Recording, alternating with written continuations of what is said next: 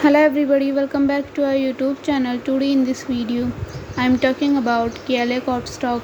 In this video we talk about stock pros and cons and technical analysis and latest news about it.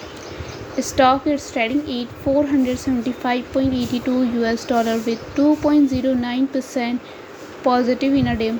We can easily see stock was volatile for a day.